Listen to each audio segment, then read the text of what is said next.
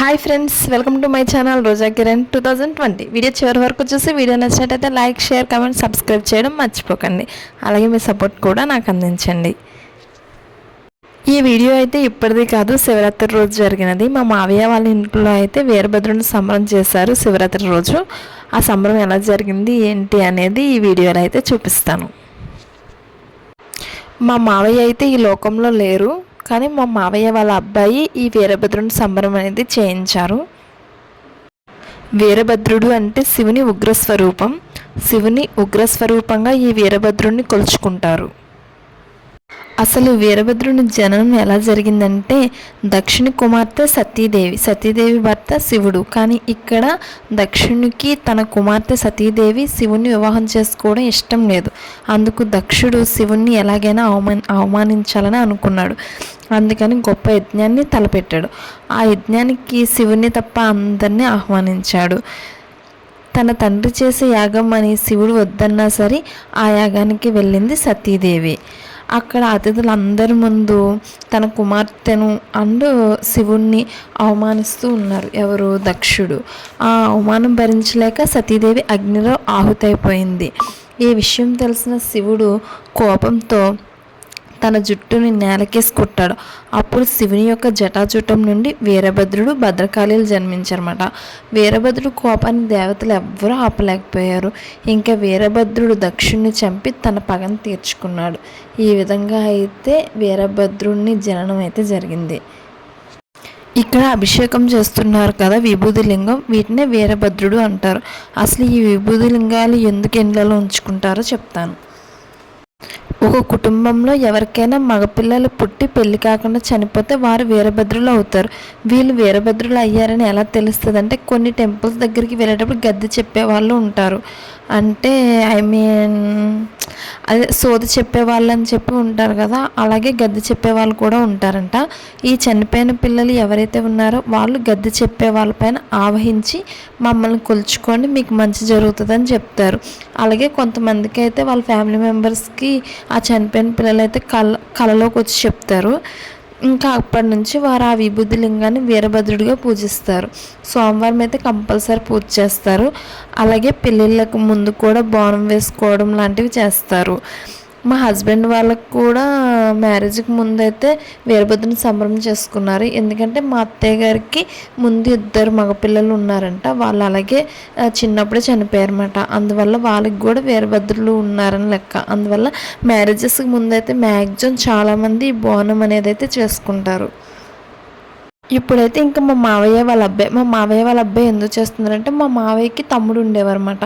మా తమ్ముడు కూడా చిన్న వయసులోనే చనిపోవడం వల్ల తను వీరభద్రులు అయ్యారని చెప్తే తను ఇంకా నమ్మకంతో తనైతే ఇంకా వీరభద్రుడిని తెచ్చుకొని ఇంట్లో పూజించడం స్టార్ట్ చేశారు. అలాగే ఎవ్రీ ఇయర్ తనకు కుదిరినప్పుడు మ్యాక్సిమం శివరాత్రికి ఎవ్రీ ఇయర్ శివరాత్రి రోజు అయితే వీరభద్రుని సంబరం చేస్తూ ఉంటారు. ఇంకా అలాగే ఈసారి శివరాత్రికి కూడా వీరభద్రుని సంబరం చేశారన్నమాట. ఇప్పుడు ఇంకా విభూతి లింగానికి వీరభద్రునికి అయితే పాలతో అన్నిటితో అభిషేకం చేసేసారు.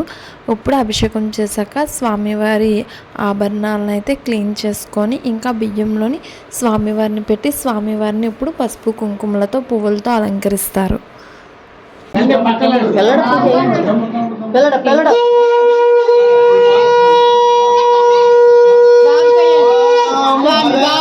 భవేదవాయా శివ సంవేద శివ సంవేద భవేదవాయా శివ సంవేద శివ సంవేదవా భవే భవే భవేదవాయా శివ సంవేద శివ సంవేద శివ సంవేద భవే భవే భవేదవాయా శివ సంవేద శివ సంవేదవా. ఆభరణాలు కూడా ఒకసారి అలా ఆభరణాలు తీసుకొని స్వామివారికి ఆభరణాలు తెచ్చిమంటారా? లేకపోతే అవి రణవీరభద్ర సొమ్ములు వరకుమార తప్పలేదు. ఆభరణాలు జిడ్డుగా ఉంటాయని నెయ్యి వేసాను, చిన్న సర్ప వేసాను. అమ్మా మీరు పిలుస్తున్నారమ్మా. స్వామివారికి పసుపు రాసి బొట్టు పెట్టండి అమ్మా. శ్రీ వీరభద్ర స్వామి ఇంకో డొక్కులో ఉంటుంది, రుద్రావతారణ వీరభద్ర సుందర కుమార స్వామివారికి పసుపు రాసి బొట్టు పెట్టండి వీరభద్ర స్వామి వారికి. బొడ్డేమో తుడిచేద్దామా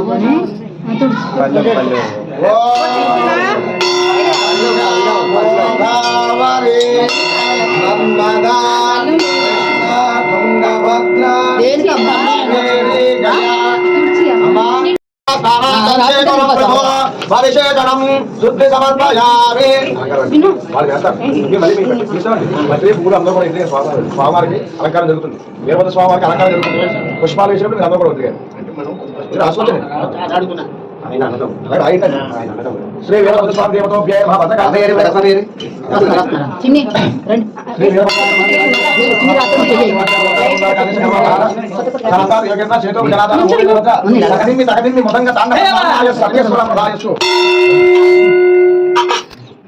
ఓం నిద్రపదాయ నమః, ఓం ఆత్మాయ నమః, ఓం హిరణ్యాయ నమః, ఓం దివ్యాయ నమః, ఓం భవాయ నమః, ఓం సర్వాయ నమః, ఓం వీరాయ నమః, ఓం ఆత్మాయ నమః, ఓం పరమాయ నమః, ఓం శివాయ నమః, భవే భవే భవే భవాయ శివదంబేద శివదంబేద శివదంబేద భవే భవే భవే భవాయ శివదంబేద విభూతి పెట్టి కుంకుమ లేకపోతే పెట్టి రాజి నేను నామానికి కదా గంధం పెట్టాలి, మూడింటికి గంధం చుట్టూ పెట్టి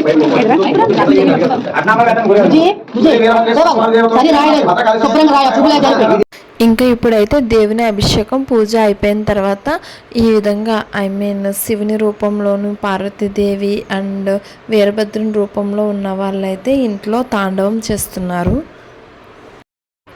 వాళ్ళు ఈ విధంగా తాండవం చేస్తుంటే నిజంగానే ఇంట్లోకి శివుడు, పార్వతి అండ్ వీరభద్రుడు అయితే వచ్చినట్టు అనిపించింది.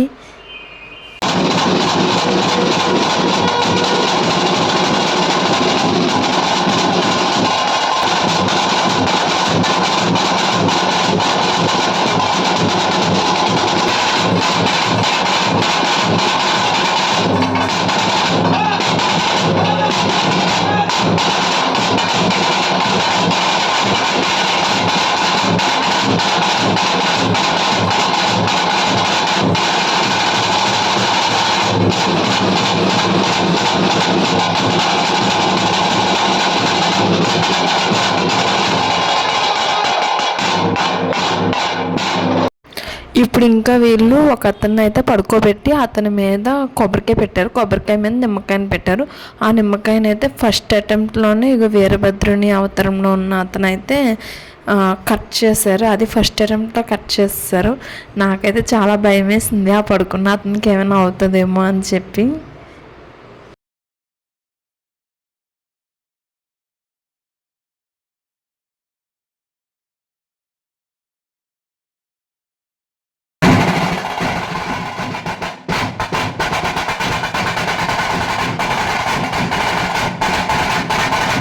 ఇప్పుడు ఇంకా వీరభద్ర స్వామిని ఊరేగించుకుంటూ శివాలయాలకి అయితే వెళ్తున్నాము. 3 శివాలయాల్లో అయితే దర్శనం చేసుకోవాలి.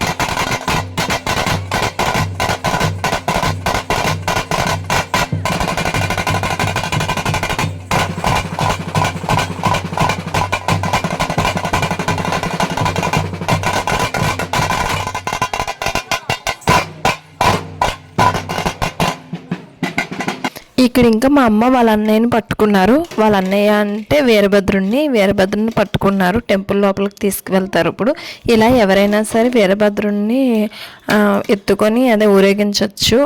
ఫ్యామిలీ మెంబర్స్ ఉంటారు కదా, ఇంటికి పేరోళ్ళు, లేకపోతే ఎవరైనా సరే మంచిదంట అలా పట్టుకొని మోస్తే. ఇప్పుడు ఇంకా టెంపుల్ దగ్గరికి అయితే వచ్చేసాము.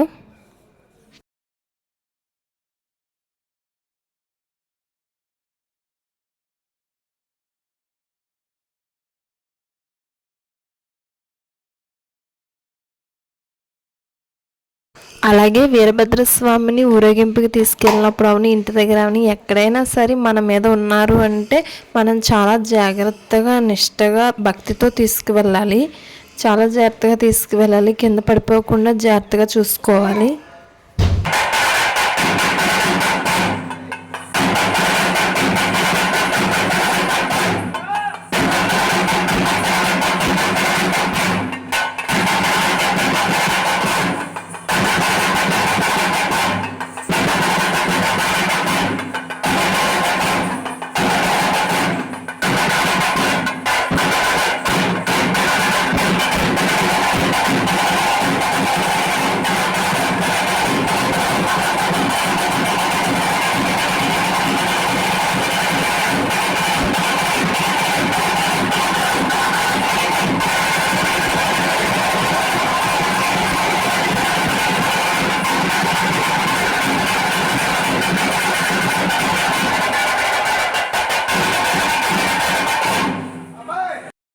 ఇంకా ఇక్కడైతే వీళ్ళు చేసిన డ్యాన్స్ అవి నచ్చినట్టయితే కనుక మనం డబ్బులు చదివించుకోవచ్చు. ఎంత చదివించాలంటే అంత చదివించుకోవచ్చు.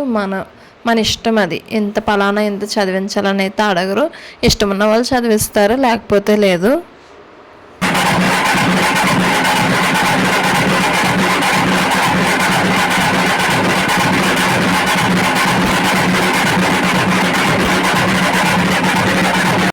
ఓకే ఫ్రెండ్స్, ఈ వీడియో కంటిన్యూషన్ అయితే నెక్స్ట్ వీడియోలో ఇంకా ఉన్నది.